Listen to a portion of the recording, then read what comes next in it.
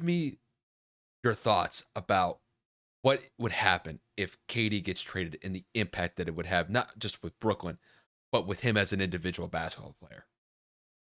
Well, I mean, we're going to get into the meaning of what happened with Brooklyn in just a few minutes, but in terms of, keeping it simple, this is probably the biggest failure an organization has ever had to maintain a championship level of basketball. You have KD 3 years ago signed, even though he was recovering from an Achilles injury. Kyrie leads the way and then gets injured. Then you have COVID, and everybody knows what happens from there, stemming on with Kyrie's inconsistencies to be on the floor. Kevin Durant signs an extension. They go after James Harden. That falls apart. They trade for Ben Simmons. All these different things, and now all three of them are probably not going to be on the team. And by three, I mean, obviously James gets traded to Philly in the middle of the season last year, and then Kevin and Kyrie are looking to be removed or, taken off of this roster in Brooklyn. So Brooklyn looks like a joke of an organization putting in everything they had to make Kevin Durant happy. But that kind of ties into my point about what this means for Kevin Durant and his career. I think this taints his legacy. I think this is going to immediately hinder what people view of Kevin Durant as a player in the NBA during his tenure. Things got choppy in OKC. They blow a 3-1 lead. He doesn't just go to the team that beat him. He goes to the best team in the NBA who just came off of a championship or just, came off of a championship run, and they obviously blew that in the Warriors 3-1 against the Cavs. You win back to back.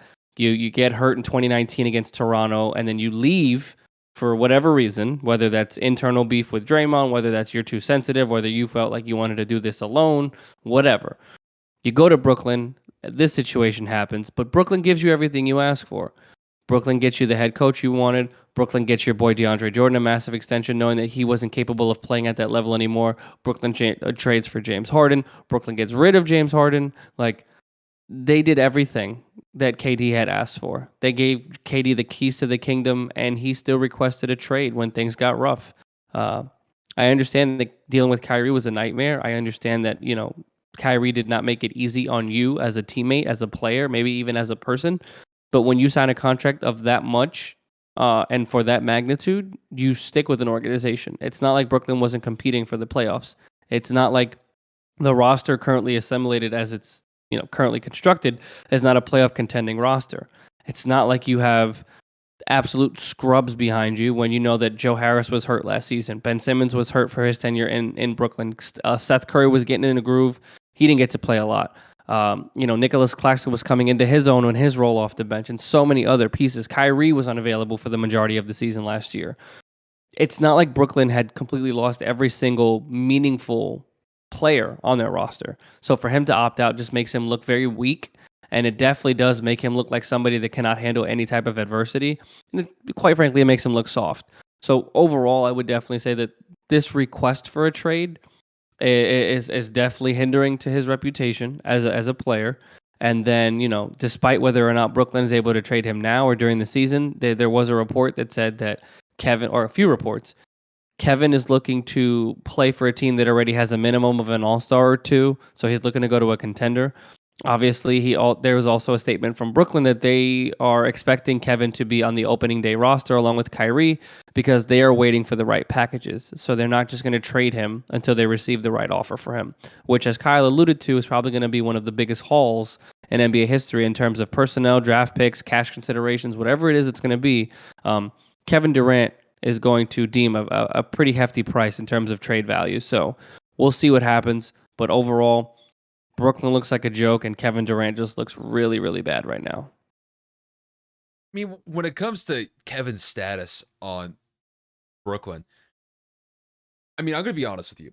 Just because he put the notion out there that he wants to get traded from Brooklyn, it doesn't mean that Brooklyn's going to go out there and actually make the move to trade him unless they get, like you said, a significant trade package back in return for Kevin Durant. And it's like we just stated, to be able to get Kevin Durant in a trade, granted, it's great on paper for whoever's going out and getting him, but at what cost is it going to be? And that's going to be something that a lot of these teams are going to have to consider going into the rest of the offseason if they're able to get Kevin Durant into the fold. Now, when it comes to KD's player as a status as a player, excuse me, I think I kind of understand where Kevin's sentiment is as far as it just kind of makes him weak. And that's kind of been the running theme when it comes to Kevin Durant, probably the last 5 or 6 years or so. Because look, I mean, when he left Oklahoma City, he joined the team that beat him in the Western Conference Finals the season prior, and joined arguably the best team in the NBA at that time in the Golden State Warriors. The Warriors had just come off a 73-9 record during the regular season. Granted, they did lose to the Cavs that year, but when you bring somebody in like Kevin Durant, and Durant, joins the team that beat him, that team was essentially unbeatable. And I think, when I saw Durant leave Oklahoma City, it was because I think he was done with the idea of always just coming up short. And I think he wanted to be surrounded by basketball players, because the one thing that he had said about his time in OKC was that he was surrounded by a bunch of athletes.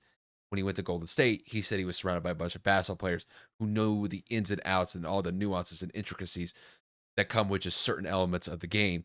And I think he appreciated that. And now, when it comes to Brooklyn here, I think the Brooklyn situation is a little bit different, because I think the primary factor here is Kyrie. Because when KD went to Brooklyn, it was tied to Kyrie Irving. And that 1-2 punch of KD and Kyrie, I mean, on paper, it's phenomenal. And when KD first went there, a lot of people were thinking that Brooklyn was going to be a top flight team in the Eastern Conference, a team that was going to be consistently getting to the finals and could potentially even be NBA Finals champions. And within 2 to 3 years of this assembling of Kevin Durant and Kyrie Irving, it looks like it's essentially falling apart. And once again, Brooklyn is going through this experiment where they bring in some pretty top flight players, and it just basically crashes it, burns. It kind of almost reminds me of the situation that Brooklyn was in a couple of years ago. Actually, I should say it was probably like a decade ago at this point, when Brooklyn went out and acquired Paul Pierce, Kevin Durant, not Kevin Durant, Kevin Garnett, excuse me. And I think they made like one or two playoff appearances, but I don't even think they got past the second round of the playoffs. And the same thing happened. It just kind of crashed and burned. Very similar to what happened here. I think this one, though, is a little bit different, because this one is on a bigger scale, because both Kevin Durant and Kyrie Irving are in the prime of their careers. And when you see essentially just this team falling apart at the seams, based on the fact that Kevin's injury history the last couple of years has been checkered, to say the least. Kyrie's availability is not one to be trusted, because he's focused on a political stance one week. He might have a COVID stance the other week. He may just not generally feel like playing basketball a certain time of the week. You never know what's going to happen with Kyrie's status when it comes to his availability.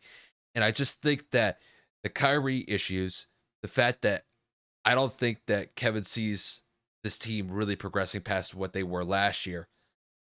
I think he thinks that the writing's on the wall, and he knows that this team isn't really going to go anywhere, despite the fact that, bro, he's Kevin Durant.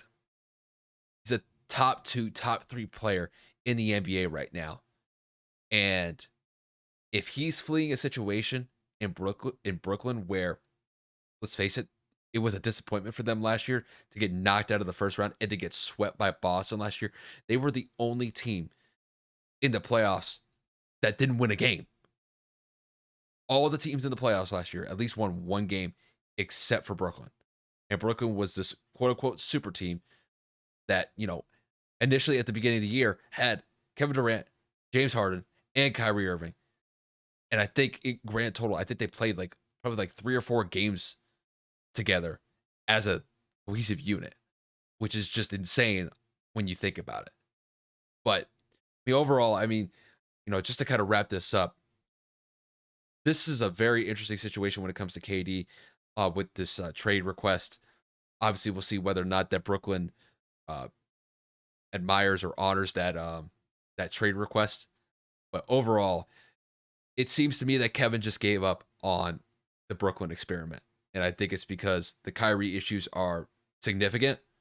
And I think that Kevin's of the mindset that this team isn't really going to get past the second round of the Eastern Conference playoffs, even despite the fact that you have legitimately two of the top 10 players in the NBA, which is just absolutely insane when you think about it. But yeah, if I had to say, I just think he's giving up on it. And I guess that kind of just fits the bill of what Durant has been like the last couple of years, just giving up on teams, gave up on Oklahoma's. He gave up with the Thunder a couple of years ago. I wouldn't say that he gave up with the Warriors. I think he just found what he thought was a better situation with Brooklyn. But in this situation, I think he's just giving up on the situation. He's just trying to find greener pastures elsewhere. But we'll see how this plays out. But yeah, wouldn't surprise me if we see Katie on the move this offseason.